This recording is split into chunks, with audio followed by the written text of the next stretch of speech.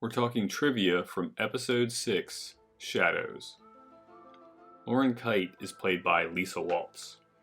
She's had a ton of television work, including Matlock, Night Court, Quantum Leap, Cold Case, CSI Miami, and Bones. Howard Graves is in a not particularly convincing photo with Ronald Reagan. We'll find out later in this episode that both men illegally sold weapons to Iranians. Lauren is sentimentally attached to Howard's desk quotation. Now, this particular quote is from a sermon in Ben Franklin's 1758 Poor Richard's Almanac. You'll remember in Jersey Devil trivia, where he defamed the publisher of a competing almanac, Daniel Leeds, as cavorting with Satan and being from the family of the Jersey Devil itself. But none has all the elements combined in one case. How can an esophagus be crushed without the neck ever being touched? Psychokinetic manipulation. Psychokinesis? You mean how Carrie got even at the prom? Okay, we've got a great one here. Psychokinesis, also known as telekinesis.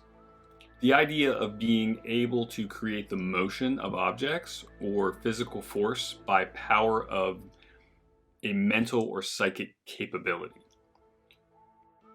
The idea of a character with psychokinetic powers is great fun in works of fiction, like Stranger Things, Carrie, Scanners, the novellas and short stories of George R.R. Martin, and superheroes like Jean Grey from the X-Men. There's also a wide variety of charlatans that have claimed to have psychokinetic abilities. Most famously, Uri Geller. He's known for his ability to bend metal spoons. Now, Uri is one of my favorites. He also claims to have telepathy, and that he once teleported his dog through the walls of his house. Now, psychokinesis is generally placed under the umbrella of mentalism and is typically characterized as stage magic. Beginning in 1964, magician and skeptic James Randi sponsored the $1 million Paranormal Challenge. Anyone who could display paranormal or supernatural abilities under scientific conditions could claim the prize. But as of 2015, no one had proved capable of meeting the challenge, and it officially ended. Aside from his comical charlatanism, Uri Geller is also a first-class crank. He seems to believe in just about every conspiracy theory. As a side note, James Randi and Uri Geller had what amounted to a near lifelong feud. Randi published a book debunking Geller's tricks called The Truth About Uri Geller, while Geller would unsuccessfully sue Randi multiple times. James Randi has since passed on, but he said that his dying wish was to be cremated and then have his ashes thrown into Uri Geller's eyes. Are you saying Lauren Kite crashed our car? Either that or a poltergeist. They're here. I really love that Scully ridicules both of Bolter's ideas here. So if it's not psychokinesis, then it must be a poltergeist.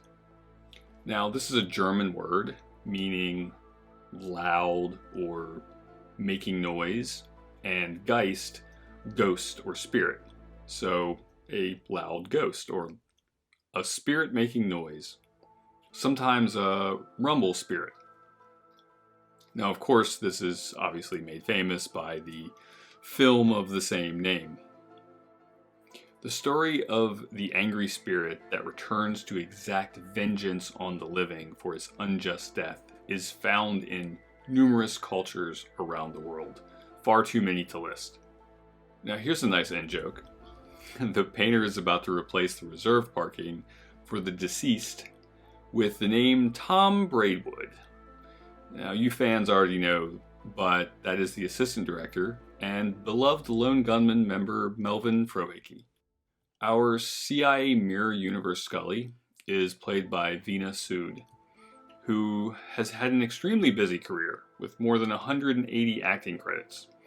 She would also go on to appear in the revival in season 10. As best I can tell, this is definitely one of the early computer-enhanced moments from network TV.